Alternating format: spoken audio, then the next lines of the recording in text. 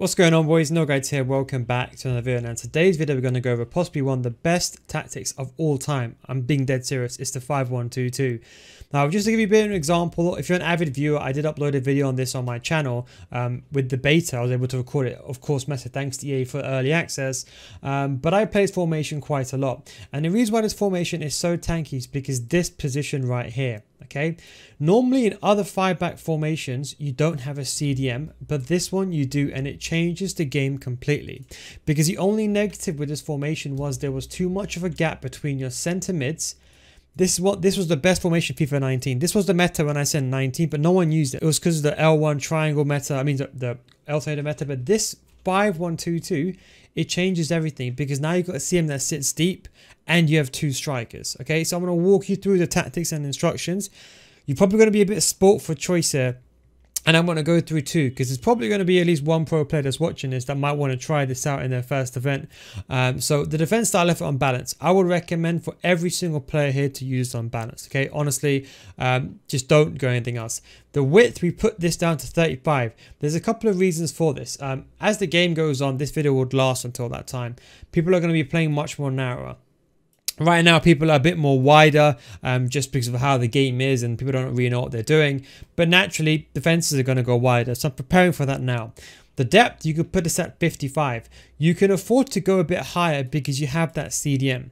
Because you have this card alone with cut passing lanes, it changes the depth completely. Now you can use your two center mids as scouting players almost, and then you can use this guy as a pivot. And he can just be the guy that you can right stick switch to and fall back if these two guys are too far away. Whereas in 5-2-1-2s, you don't have that. Now, the build-up play. Now, this is even more important. For those you don't know the 3-5-2, 3-5-2 was really meta in FIFA 19. For those you, the real viewers would know, there was a tactic I made where this would defend in a 5-4-1-1. It was a cracked formation for those who don't remember it. Sorry, a 5-4-1 should I say. Two cracks, to be honest, but thankfully they nerfed that, because that would be ridiculous. But the thing was, with left mids and right mids, they're very central. They're quite involved in the attack, whereas you have CDMs, but when you go forward you can't have these guys on stay back, whereas with a 5-back you can do that. But the problem is with all 5 backs, they don't have CDMs. This one now is a CDM, but more importantly, don't forget when left back and right backs, when they go forward, and this is why it was the most meta formation in FIFA 19, they were unmarked. Okay, now I was actually speaking to someone in FIFA 19, and what happened is that when you could use with the L Tornado, it was so OP, because these players would be unmarked. But because left stick dribbling is kind of at its worst it's ever been in FIFA history, these players are more important, because if you've got no one to pass to, those guys are going to be free. And you know also what's important? Those Trivela crosses. Those Trivela crosses are more important as well. So we have put fast build-up play. You can use long ball if you find this to be too attacking. The reason I say fast build-up play is when you get the ball, these guys will just run forward immediately. You're telling them just to go. No thinking, just run forward. Are you set the ball to the counter attack? Yes, you are. And that is why I say if let's say for example you're not 100% sure, put long ball, but I'd recommend fast build-up play. Now this is important, okay? For most players here, I would recommend at this stage of the game, you leave this unbalanced at this stage of the game. If you're watching this and you're a pro player and you're playing on just solely new gen, I'd recommend direct passing. Apart from that, for most players, I'd recommend balanced. Okay, just trust me, go with balanced then. Now for the width, you can leave it on 50. Now what I normally opt to do, this is again very important, especially if someone is watching this and you're not used to playing a narrow formation, you're fine, because these players when they go forward, they're naturally very, very wide. So what you want to do is just reduce the width, like 45. And what you want to do in game is you want to use hug the sidelines, and then these guys are absolutely unmarked. Absolutely. You basically play in a 3-1-2-4. That's the way you're attacking this formation. Okay? And that CDM protects the lack of the left back and right back when you go forward. Do you understand how pivotal that CDM is? Not only for just defending in a narrow block when your opponent has the ball and you're just running around with your center mids and this guy sits a bit deeper, not just the cut passing lanes. It's also when you're going forward, you have that safety net which you can't normally get in any other formation, and that is why it's so OP.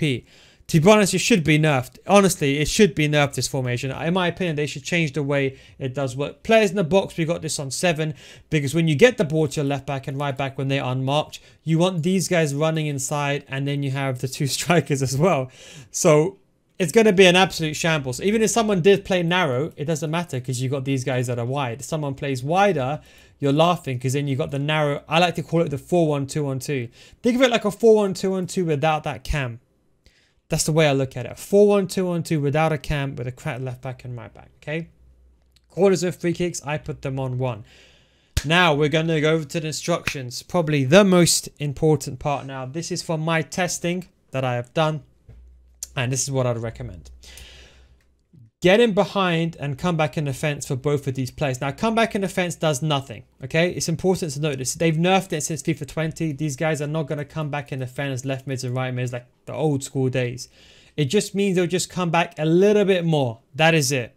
Just leave it on come back in defense. If you want to, you can put one on stay forward. So you have something like this. A striker just behind. You can do that if you want to on the counter attack. I'd recommend get it behind. Don't put stay central for now because sometimes when you win the ball back, you want some of these players to go wide sometimes. So that's why you don't want to put stay central on. Okay. If you do want to get better at FIFA 23, I do have a FIFA School Series, but just before you skip ahead, what if I told you if you don't get better after 1 month, I'll refund your money? I can say that because I've been running my paid advanced in-depth FIFA School Series successfully for many years, and thousands of others have joined already and still stay on. This is for all levels of those that want to improve on FIFA, and you won't find these videos on my YouTube channel. These videos are a progressive systematic learning system that teaches you everything from the core mechanics of FIFA to the meta, so you can get better at FIFA as a whole, not just this game, with examples and explanations that go beyond the scope of YouTube videos. With new videos coming out every single week, these videos also adjust to recent updates and patches so you can stay up to date. So come join thousands of others in a mature audience community for those looking to get better. Patreon.com/nilguides, link is down below in the description. Now when you join, we already have a library of hundreds of videos that are specifically made for both new gen and old gen, with new videos in FIFA 23 getting added every single week. We also have an additional group coaching as well that we started this year due to high demand and high request. And don't forget guys, it's a money back guarantee, so if you don't get better after 1 month, I'll refund your money. That is the Nil Guides guarantee. Anyway, link is down below in the description, patreon.com/nilguides. But anyway, back to the video. Then this is very, very important, okay? You can put cover wing, and I would recommend putting these guys on balanced. Get into the box for a cross. Now, I would recommend here, now someone's always asked me, why on earth do you play this guy in your team? And why on earth sometimes is he off chemistry and all that? It's because what he does, he plays the extra centre back for me. So if I go back to this over here, this is very important. You can get away with cover wing to cover for these areas if these guys run forward and they're all the way down the wing. Because when these guys are high up the pitch over here and here, you need this guy to run back and this guy to run back because they're going to be much behind the ball, whereas these guys will be in the corner. If you never had this player here, I would say cover center, okay? So you can afford to put cover wing on them. You can put, if this is 2 attacking for you, put one of them on stay back while attacking.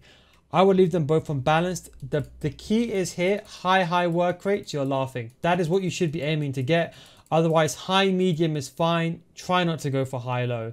But I would say try to get at least a medium, ideally a high defensive work rates here for those 2 players. The CDM, the key role. There is a new tactic this year called Deep Line Playmaker. I'm not too sure if I'm going to use this 100%. For now, I'm leaving it on. For you guys, I'll just say leave it off. But if you see me leave it on, that's the reason why. I would say here, the most important thing is cut passing lanes. I think it's the most important instruction in FIFA 23 and 22 and 21. In fact, all FIFAs. This positions them naturally between 2 attackers, so you can switch them. Especially how the defensive awareness nerf is this year. You need that player to be in that position naturally. Okay? And of course, he's going to be on stay back while attacking and cover center because you have these guys already covering the wing areas. If you want to, you can put these guys on cover center. Let's say you prefer just to defend that narrow block and you don't mind offloading them to the wing, then you can do that. But just whatever you do, make sure you put this guy on stay back while attacking and cut passing lanes. Now, left back and right back, okay, this is even more important. Okay, if you don't know what I'm talking about now, just put them both on join the attack and balance. Okay, if you have no idea what D-pad tactics are, just use this.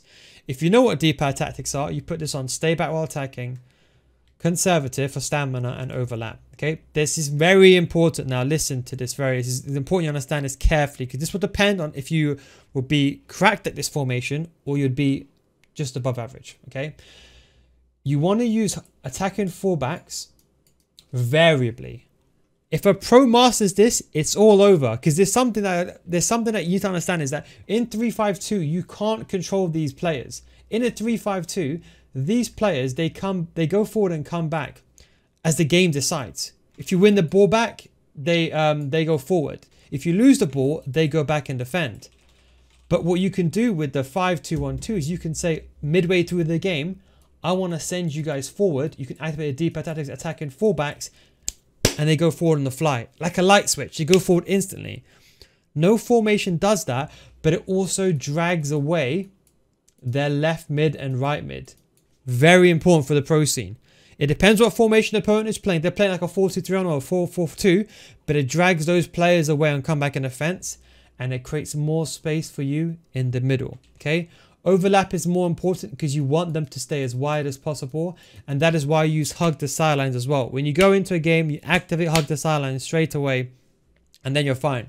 Now, the reason why this is even more important for the pro scene, if you are winning and you're in a game and you're winning 2-1, you can just turn off attacking fullbacks and you can defend like this with 1 CDM and 2 centre mids. And that is why I think this should be nerfed. They're not going to remove the formation, but nerf in this specific formation how CDMs work, because as it stands, it's too effective. It's the go-to formation to use. I mean, I think as I said, the prediction I made earlier, I think every single pro player will use it. You cannot use drop between defenders like in any 5 defender or 3 centre back formation.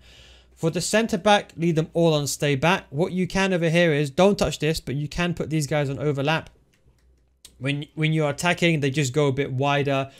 Be careful with fast build-up play. It does kind of mess those up. But anyway, that is the 5-1-2-2 custom tactics and instructions. In fact, by the time this video is going up, I actually got a live video on my Patreon series explaining and gameplay how this formation does work. Patreon.com/NoGuys, links down below in the description, or you can click just about here as well on the screen. Don't forget, if you don't get it after 1 month, I'll refund your money. That is, of course, the Nil Guys guarantee. Anyway, guys, thanks for watching. Take it easy, and of course, I'll catch you next time. Peace out.